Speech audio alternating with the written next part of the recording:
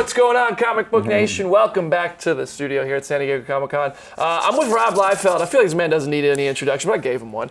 Creator of Deadpool, many other popular characters, including Dove. Yes. Who is now in Titans. Isn't that exciting? So I want to know, like, what is that like for you to see this character? So thank you. I interrupted you. What is it like to see this character in the trailer and become a part of the Titans show? So Jeff Johns has been taunting me since October.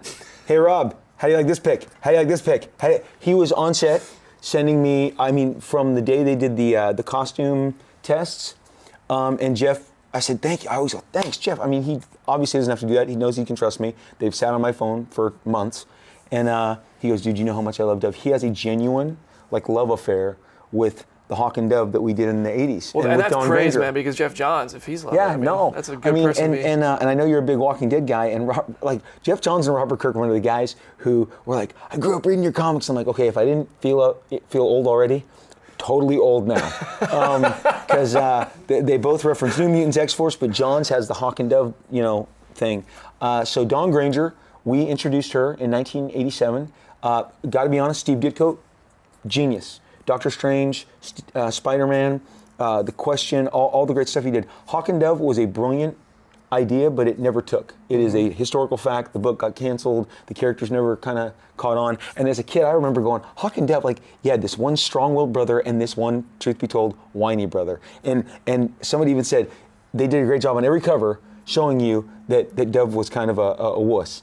And I was in the exhibition floor at the show, looking at the old Ditko and Gil Kane issues, and every issue is, don't do that, Hawk!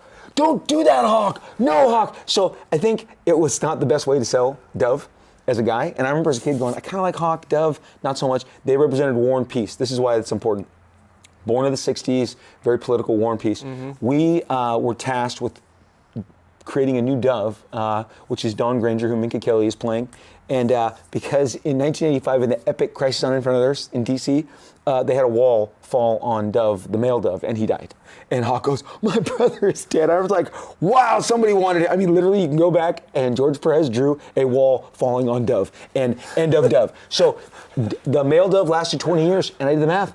Female Dove, 30 years. She's been around 10 years longer. I feel like she's the definitive Dove. That's the version people know. She is, and the thing is, they tapped into we brought in a supernatural element. Hawk and Dove were no longer War and Peace. They were chaos and order. There was a realm, a supernatural realm, the chaos and order realm, that they tapped into their powers. So we expanded it, and that's what Jeff goes, Jeff, you guys took it and made the whole supernatural thing. And Jeff kind of compared it to what he did with the lanterns, with the rainbow lanterns, and take him in a different direction. And so Dawn Granger has stuck, and partially, brightest day, whatever Jeff Johns does, he finds a way to put her, Hawk and Dove, in it. So now, seeing them, I just wasn't prepared for her to stick her hand through a guy's face and have the face explode. Here, I'm in my hotel. Okay, so Tuesday night, Jim, Lee, and Jeff Johns both text me and say, Rob, tomorrow morning, 6 o'clock, the Titans trailer's dropping. You're going to be a happy guy. You're going to be a really happy guy. And Jim even laughed. He goes, there's a scene you're going to really like, you haven't seen yet. And so everyone's sleeping in my room, and I got my iPad, and I'm like, what? Rewind, screen grab. Man, it was hard to catch that, man, but I got every moment of that fist exploding that face. And I'm like, that's the way you make an entrance. And then she whips around and cuts him with her Dove wings. So yeah, dude, I'm very excited about the Titans. Think about their supernatural origins. Raven has a very supernatural story, so it's a great way to kind of connect them all. I'm very excited. My buddy Akiva Goldsman, who I'm doing the Extreme Universe on Netflix with, wrote and produced Titans with Jeff Johns. So it's just really exciting time. Yeah, that trailer was about as good a way to start Comic-Con as any. It was dude. Boom. Yeah, it was good. It was good. When my kids are bringing it up to me at dinner, I know it resonated. They're teenagers. I didn't see them all day. Dad, let's talk about the Titans trailer. Whoa! So awesome. That's awesome. And it's just been an awesome year for you in general. I feel like it's just getting better as time goes on. Congrats on the huge success with Deadpool 2. Thank you, sir. I loved it. I liked it even more than the first one. We talked about this at the junket. Sure. But when you're looking back at the whole experience now that it's released and it's been a success, and kind of maybe the anxiety about it might be lifted a little bit because the reactions were so positive. What is the best part of that ride? Is it the engagement on Twitter? Is it meeting people here? What is the best part of that? You know what? Honestly, it is. Okay, so having put the characters to paper and originated them. is a fascinating journey in and of itself, but those fans carry them. Without the fans, they never grow, they never sprout. So seeing their reaction, I mean, this weekend on the con floor, again, I mean, Deadpool's been out about 8 weeks. It's kind of finishing its theatrical run, and the fans are just nuts.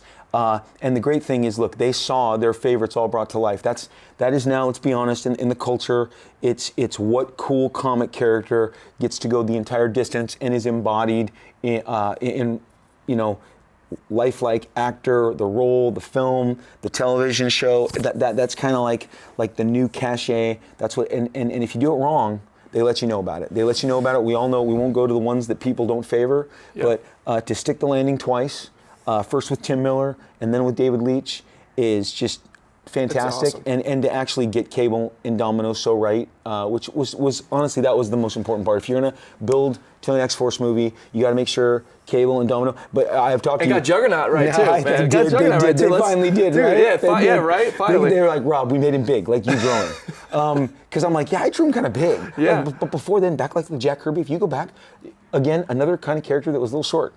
Juggernaut was not always the big mother that he became. So yeah, no, Juggernaut was fantastic. The whole movie's great. I'm so, again, you're just so excited for the fans, and that's when I got the sense of relief when I'd seen the theatrical cut. I knew like this movie is going to work. People are going to love it, and then you go, okay, my instincts are good. What I like is what they like, and we're good. So. It's been great, man. So coming up then is X-Force and hopefully Deadpool 3. Yeah. I know X-Force is maybe in like the earliest stages of development. I don't even know if they've started the script for that yet. Yeah. But I mean, is there anything that we can really look forward to? Any comic inspirations that they're going to pull from that you're aware of? I don't know anything. Drew Goddard and I have not had any connection whatsoever. But Josh Brolin has become a good buddy.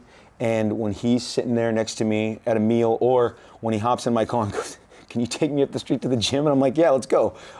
He's like, I just want to tell you, I'm really excited about X-Force. And I'm doing a bad Josh, but he's like. That sounded just like Thanos, man. He goes, I'm really excited. He said, Rob, I'm really excited about my arc.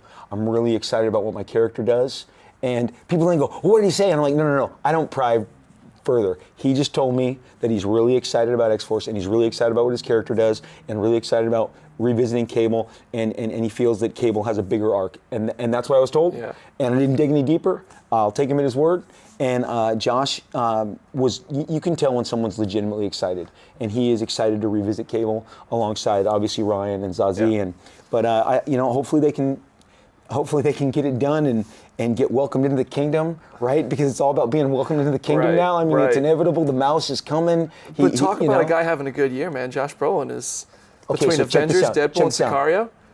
All great movies. Killing it. Killing it. And let me tell you something. The best part, okay, I'm going to tell you, you already said I was having a good year. I'm going to thank you for that. But, dude, for Josh and myself, we turned 50.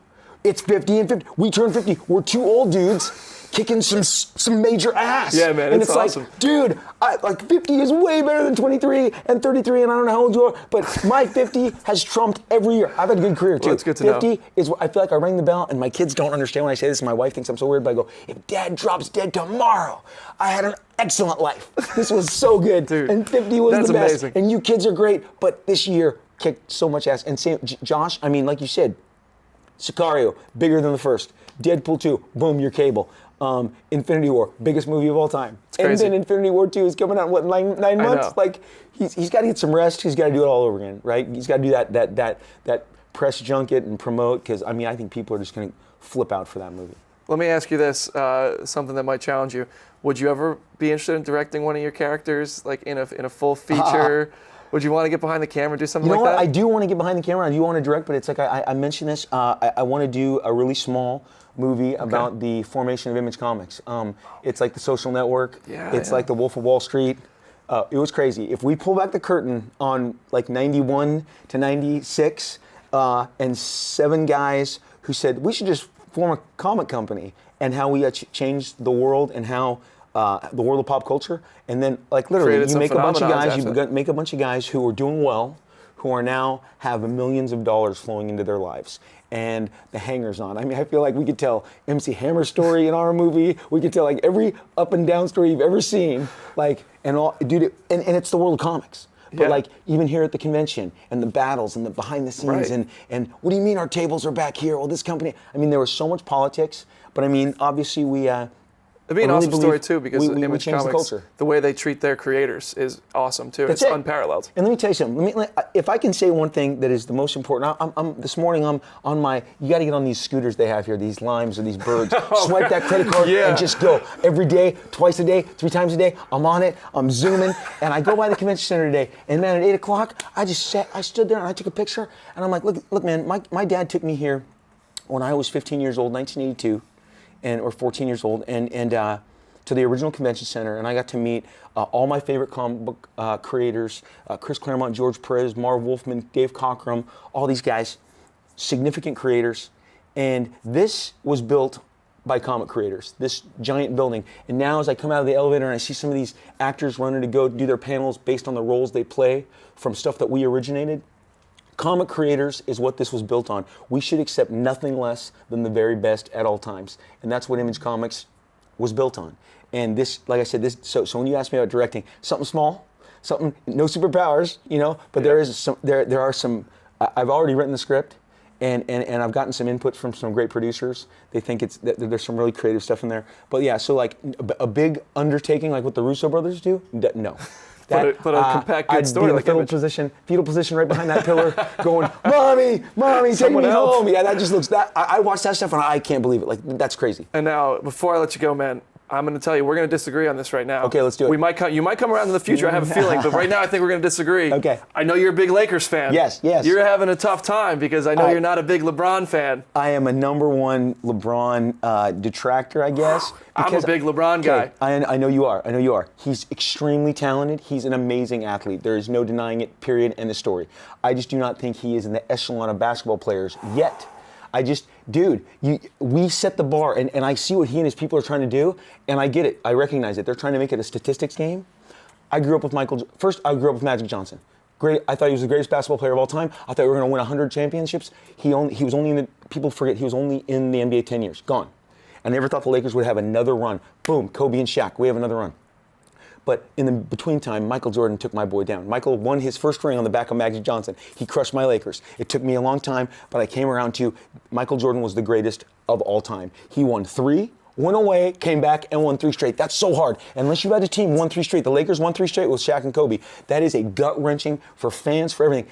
You got to win 3 straight at some point to be in the conversation. But I love that you love LeBron. I'm going to tell you, my kids feel like you do. My 18-year-old and 16-year-old greeted me after I got home from Las Vegas. I was in the air. He became a Laker. And they said, Dad, please just root for LeBron as a Laker, because they're like, and they want their own thing. And so I'm like, I will stand down, children. Dad will stand down, and I will, this ends with me and LeBron here next year talking to you about our new project, okay? That's where this ends. He's in LA, he's in Hollywood, we're making comic book movies, okay? That's where this story ends, buddy. He's a superhero, man. Okay, no, he's a tremendous athlete. He's amazing, but win a championship with the Lakers, LeBron, I will bow. I will bow. It's going to be tough with those Warriors, man. But, thank you, Rob, for coming by. Enjoy your convention. Thank you so much. And everybody, stay tuned to Comicbook.com. We'll see you soon.